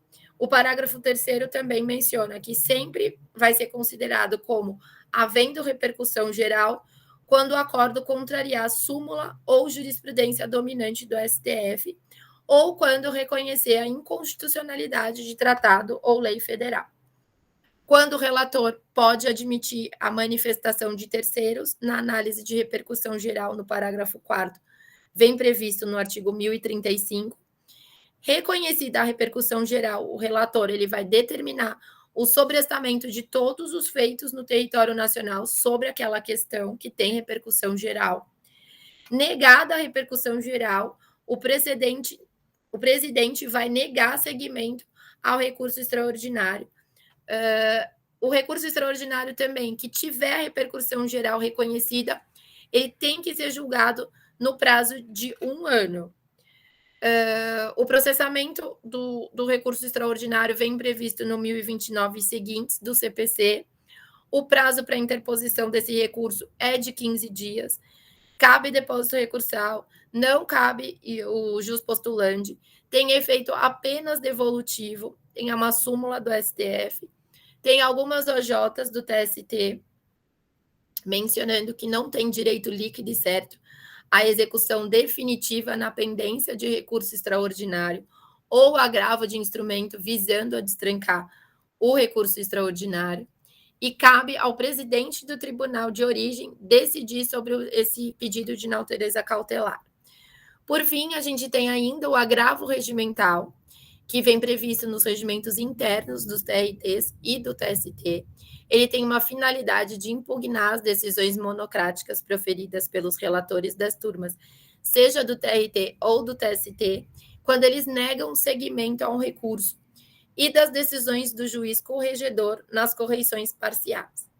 A gente tem um efeito devolutivo, tem também possibilidade de retratação, não precisa de reparo e vai nos mesmos autos. Eu agradeço imensamente a paciência de todos vocês. Sei que não é uma aula tranquila, sei que não é uma aula fácil. Espero que vocês todos ainda estejam conseguindo me ouvir. Lamento se não foi uma aula um pouco mais participativa e um pouco mais agradável, mas eu acho que falar de recursos e da necessidade de que a gente saiba pelo menos as linhas gerais legislativas não tem muito como tornar muito agradável, participativo e dinâmico, mas eu tentei trazer para vocês aqui os principais requisitos. Se alguém quiser falar alguma coisa, se alguém quiser se manifestar, eu sei que a gente já está com o tempo bem curtinho, bem em cima da hora, mas se alguém quiser se manifestar ou falar alguma coisa, a gente abre o microfone. Se não, eu me despeço agradecendo muito a participação, a paciência e a perseverança de todo mundo aqui hoje nessa aula meio maçante. Mas eu prometo para vocês que a aula da professora Pamela vai ser bem mais agradável, porque ela vai falar de uma questão de execução. Acho que a parte de execução acaba sendo uma parte um pouco mais que sai dessa questão mais maçante de todos os recursos e tudo mais. A gente vai tratar de valores, vai tratar de algumas coisas bem dinâmicas, e aí acho que ela também vai conseguir encerrar o nosso curso com uma participação muito boa, muito atrativa para vocês. Mais uma vez, muito obrigada por vocês terem ficado aqui comigo, e aí a gente se vê agora na última aula da professora Pamela. Obrigada, boa noite, professora. Foi uma ótima aula. Muito obrigada. Imagina. Então, pessoal, eu vou me despedir, viu? Uma ótima noite para vocês. Obrigada. Tchau, boa noite. Até semana que vem. Tchau, querida. Até.